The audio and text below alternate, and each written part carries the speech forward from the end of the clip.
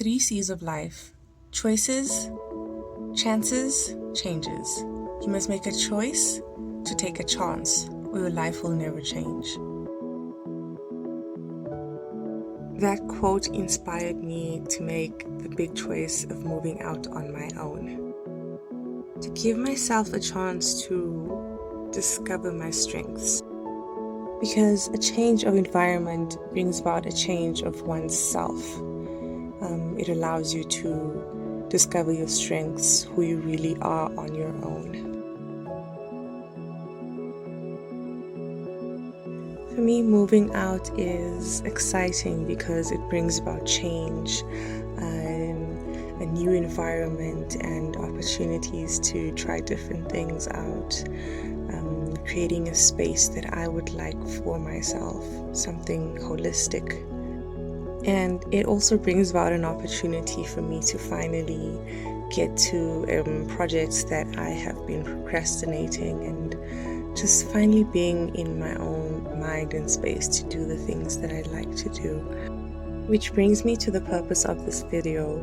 With the help of a site called Milanote, I was able to basically compile a collage of all the projects that I would like to experiment on in creating this summer wardrobe.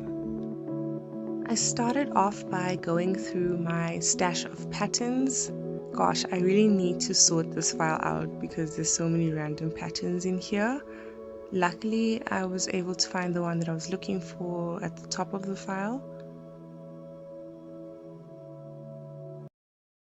Okay, so I managed to draft the pattern for the wrap blouse. I'm going to talk you through how I did it more or less. If you've got like basic sewing skills and you'd like to try it out for yourself, it's actually not that difficult. So let me talk you through what I did. Okay, so this is my pattern. This part over here is our back, and that'll be cut on fold. The particular pattern that I worked with is a princess seam pattern, meaning this point here is usually on this side. Otherwise, you would have your simple bodice block, and there would be like a dot over here that you take in. So very similar to the back bodice. This is what I mean, this dot over here.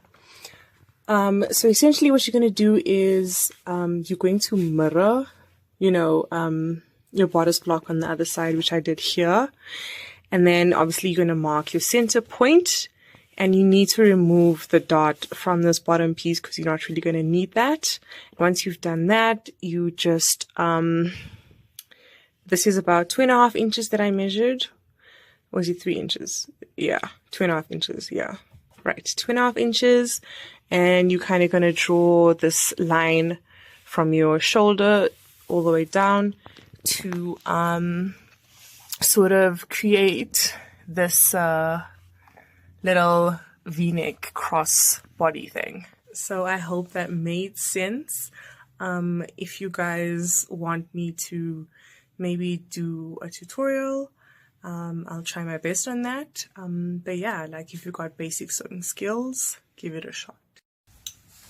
Okay, so also I am not following the planned color scheme religiously. I'm trying to work with some fabrics that I have stashed.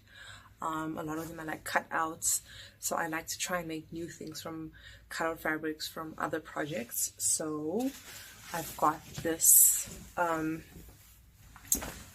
I made a blouse from this for someone, and I have quite a bit left.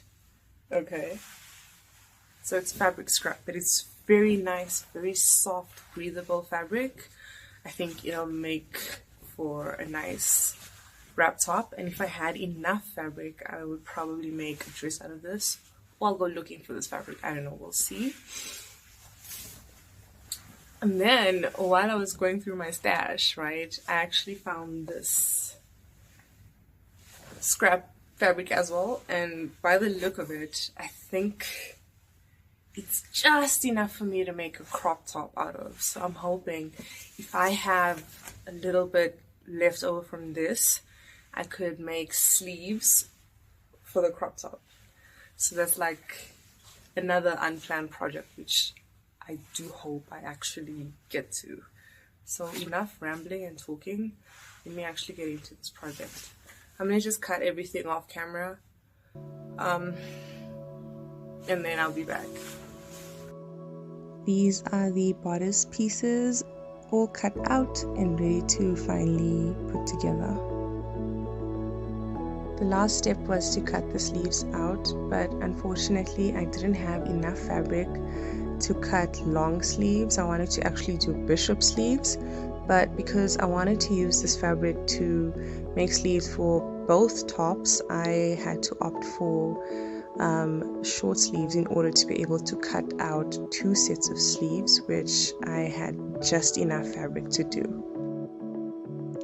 And then it was a matter of marking out notches so I know which is the front and which is the back of the sleeve. That's actually very important, because the last thing you'd want is to sew your sleeves the wrong way around. It's really frustrating for you to have to unpick the entire seam and start over. That's the frustrating thing about sewing sometimes.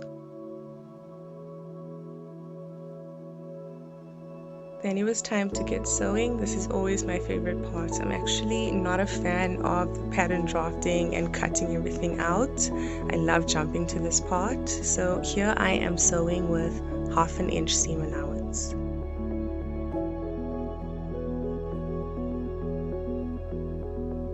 And then I went on to overlock all the raw edges. If you don't have an overlocker machine, you can always use the zigzag stitch option on your normal sewing machine, but this just gets everything looking nice and neat on the inside. And it also prevents your fabric from fraying. And this is what the tops ended up looking like.